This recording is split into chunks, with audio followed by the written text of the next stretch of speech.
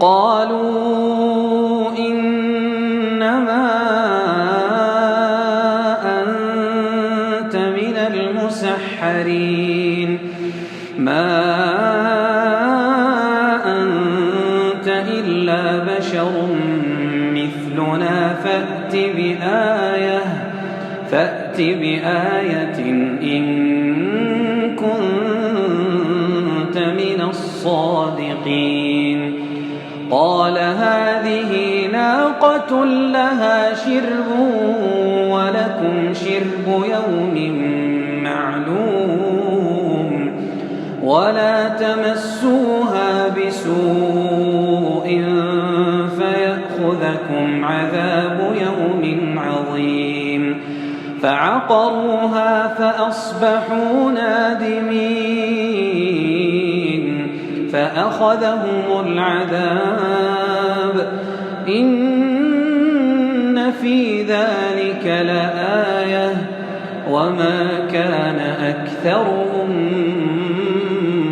مؤمنين وإن ربك لهو العزيز الرحيم كذبت قوم لوط المرسلين إذ قال لهم أخوهم لوط ألا تتقون إني لكم رسول أمين فاتقوا الله وأطيعون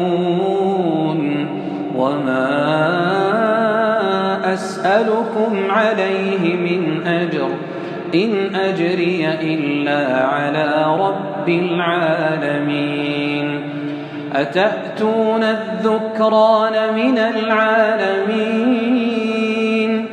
وتذرون ما خلق لكم ربكم من أزواجكم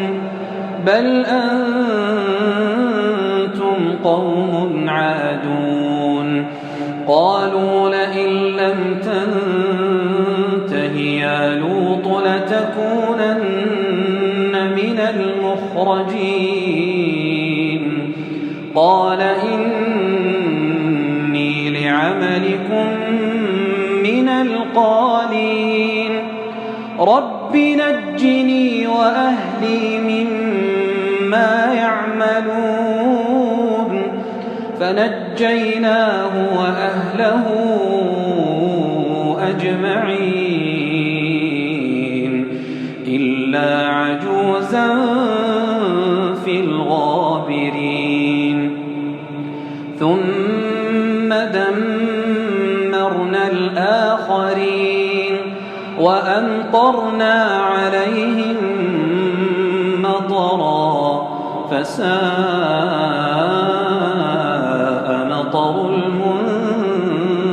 المنذرين إن في ذلك لآية وما كان أكثرهم مؤمنين